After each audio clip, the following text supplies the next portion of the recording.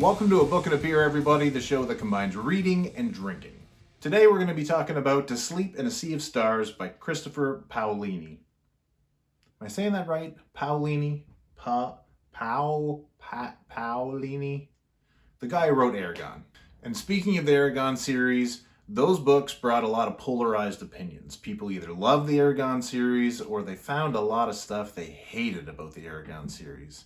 Personally, I love the Eragon series, but I did recently go back and try to reread them in the form of audiobook. Now, if you've never checked out the audiobook version of Eragon, the narrator does 95% of the book with an incredible job. Great voices, great pacing, a true professional.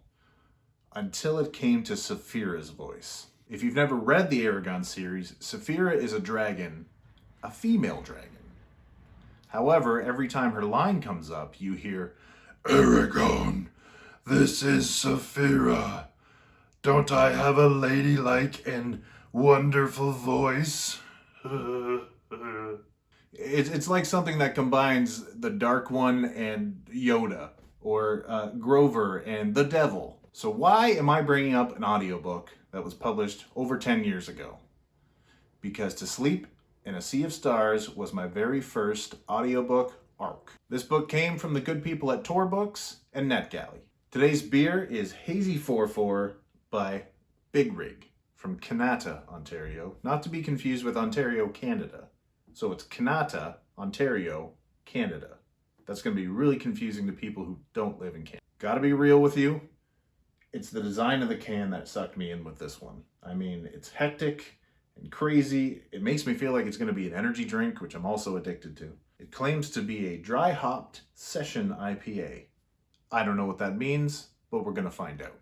To Sleep in a Sea of Stars follows around our main character, Kira Navarez, a scientist who encounters an alien of some kind who then kind of bonds with her. Think Venom in space. Now, if you're thinking Venom in space sounds awesome, yeah. But during a routine survey of an alien planet, Kira finds some alien space dust, which turns out to be a lot more than just space dust. The space dust is alive, or as close as you can be to alive, while still being dust. Yeah.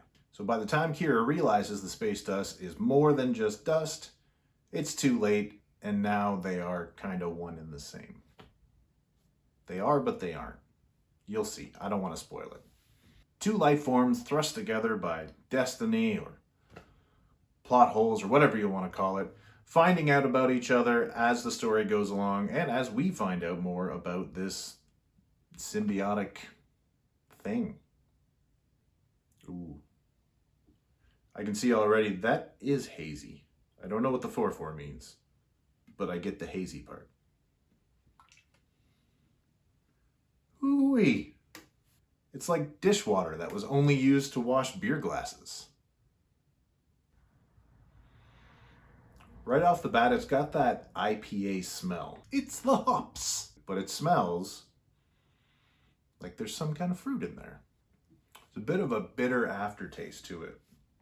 Not overpowering, not enough to make you want to put it down. It's there though. Not only do we get Venom in space, we get some other pretty cool stuff too. We get psychotic ship AIs that actually have a tragic backstory. My personal exposure to science fiction, ship AIs are always quirky and pithy, always sarcastic and just generally there for comic relief. And while these ship AIs do that as well, they make you feel. If you're the kind of reader who's intimidated by big books, prepare yourself for this one, because it's weighing in at 880 pages. I didn't even notice. Weighs the same. And while overall I found a lot of things about this book to like, I did find some things that were odd. I'm not going to say bad, but odd. Dozens and dozens of times while I was reading this book, I felt like I was reading a pop culture reference that I couldn't quite place. Is that from The Simpsons? Was it more of a Futurama thing? Or was it from The Family Guy? There was always something that was just scratching at the edge of my brain saying, you've heard this before. It also does that thing. You know that thing I'm talking about. No? Okay. It's that thing where two species meet each other and they can't do anything but try to kill each other the entire time. And then one character will bring the two together in some kind of hectic situation, and weapons go up and they're ready to start killing each other again until that character goes, no, no, no, no, no, wait. It's with me. And everybody goes, cool. Guns down. Let's have a beer. Speaking of, a few minutes in and we're still looking very hazy. I mean,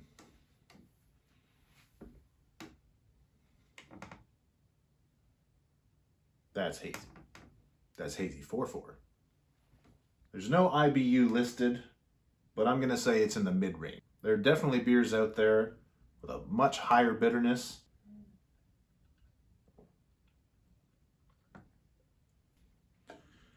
Whoa, barfing.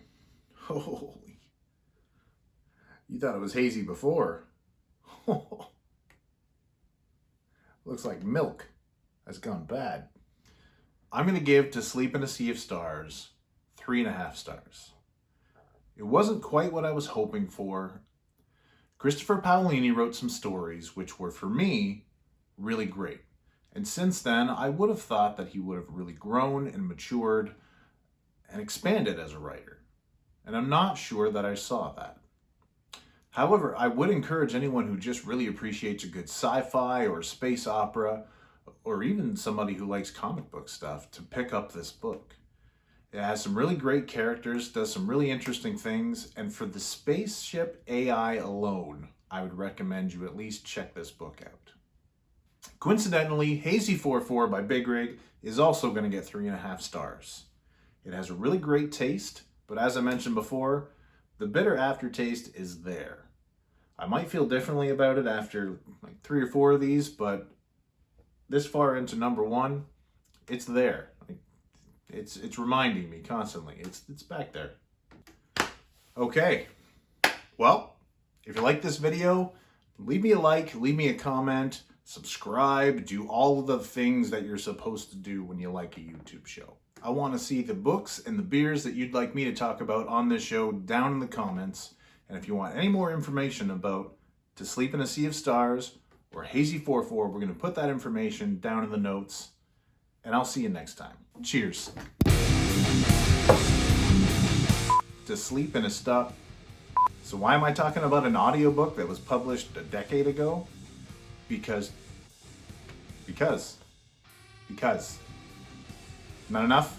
Audiobook. Audio. Kind enough to give me